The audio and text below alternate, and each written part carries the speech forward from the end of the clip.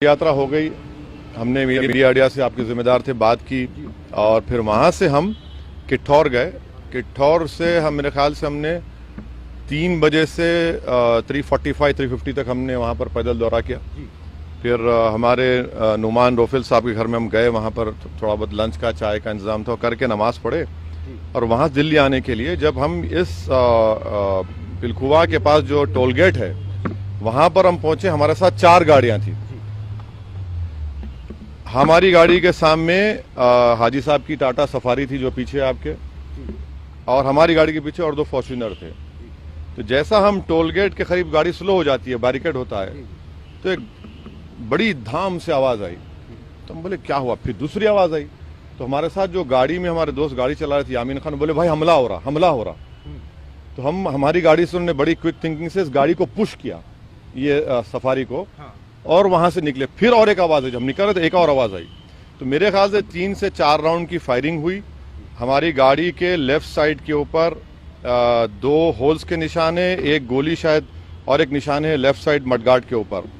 हम जब गाड़ी से आगे बढ़े तो हमारा, क्योंकि हमारी गाड़ी को हमने पुश किया, मारा, राइट साइड का टायर पंक्चर हो गया। फिर वहाँ एक फ्लाईओवर है, वहाँ पर गाड़ी रोककर हम इस गाड़ी में बैठ गए और दिल्ली को आगे, क्योंकि हमको लगा कि रेकी कर रहे थे, फॉलो कर रहे थे हमको।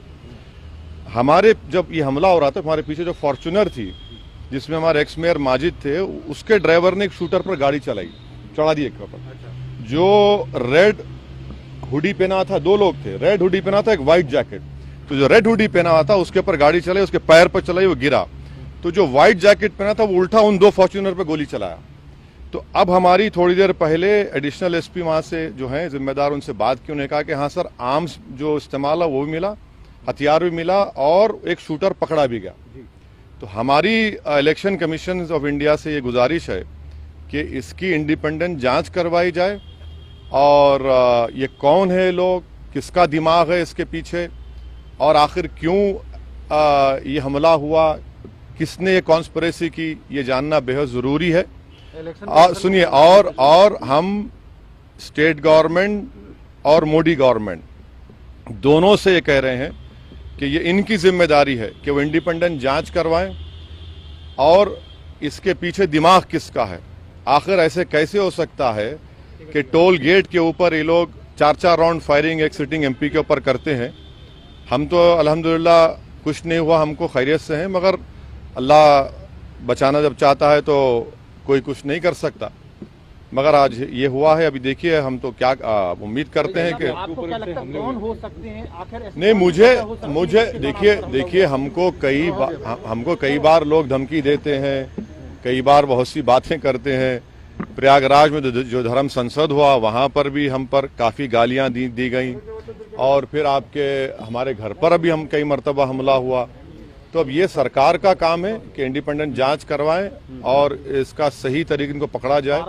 पार्लियामेंट अभी चल रहा है, पार्लियामेंट में भी ये क्वेश्चन उठाना चाहेंगे आप, बात करना चाहेंगे? जरूर, पार्लियामेंट है, स्पीकर साहब से मिलेंगे, स्पीकर साहब से बात करेंगे। हम इलेक्शन कमीशन को भी लेटर लिख रहे हैं, और सरकार जो स्टेट गवर्नमेंट और सेंट्रल गवर्नमेंट से भी करेंगे।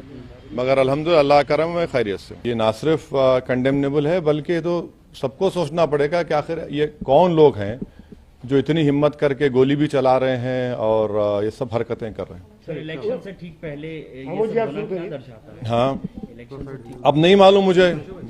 अगर ये लोग, ये मारने वाले अगर ये समझ रहे हैं कि हम पीछे हट जाएंगे, हम डर जाएंगे, हम शुरू दिन से कह रहे हैं कि जब तक हमको अल्लाह जिंदा रखेगा हम जिंदा रहेंगे, जिस दिन हमारा वक्त आएगा हम चले जाएंगे।